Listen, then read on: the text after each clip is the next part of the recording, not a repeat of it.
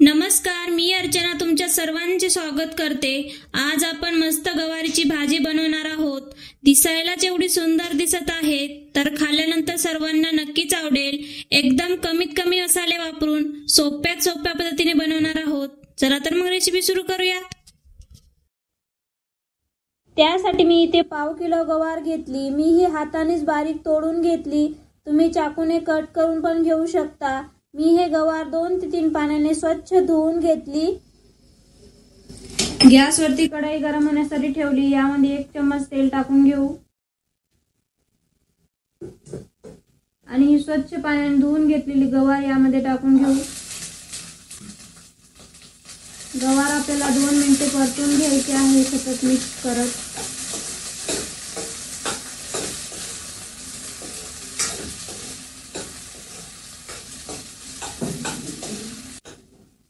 सतत मिक्स करत 2 मिनिटे मी ही गवार तेलामध्ये परतून घेतली। आता मी हे काढून घेते। परत यामध्ये 2 चमचे तेल टाकून घेऊ।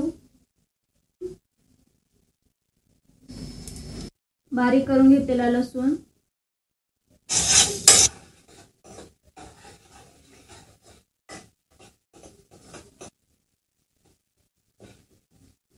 काही जण यामध्ये कांदा पण टाकतात, पण मला आवडत नाही त्यामुळे मी नाही टाकला। जर तुम्हाला आवडत असेल तर तुम्ही यामध्ये कांदा पण बारीक कट करून टाकू शकता। सुखे मसाले टाकू।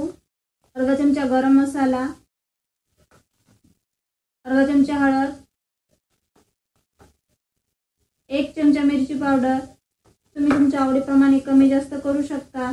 मसाले छान परतून घेऊ।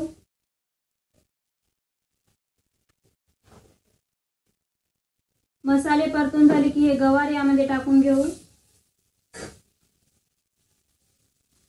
मिक्स करू। अर्धी वाटी भाजलेल्या शेंगदाण्याचा कूट,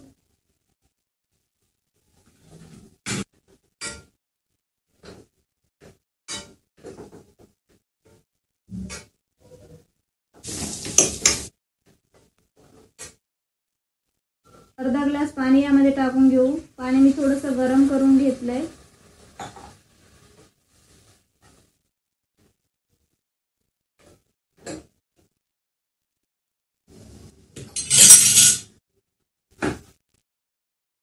चवीनुसार मीठ,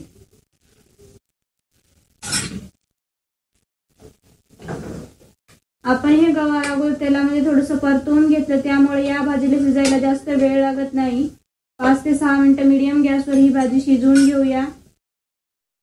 5 ते 6 मिनिटे मीडियम गॅसवर मी ही गवार शिजवून घेतली। गवार छान शिजलेली आहे। वरण भातासोबत तोंडी लावण्यासाठी हे एक चांगलं ऑप्शन आहे। साध्या सोप्या पद्धतीने बनवलेली गवारीची भाजी तयार आहे। मस्त गरमागरम भाकरी किंवा चपाती सोबत तुम्ही खाऊ शकता। खूप छान लागते। व्हिडिओ आवडल्यास व्हिडिओला लाईक, शेअर आणि चॅनलला सबस्क्राईब नक्की करा। व्हिडिओ पाहिल्याबद्दल धन्यवाद।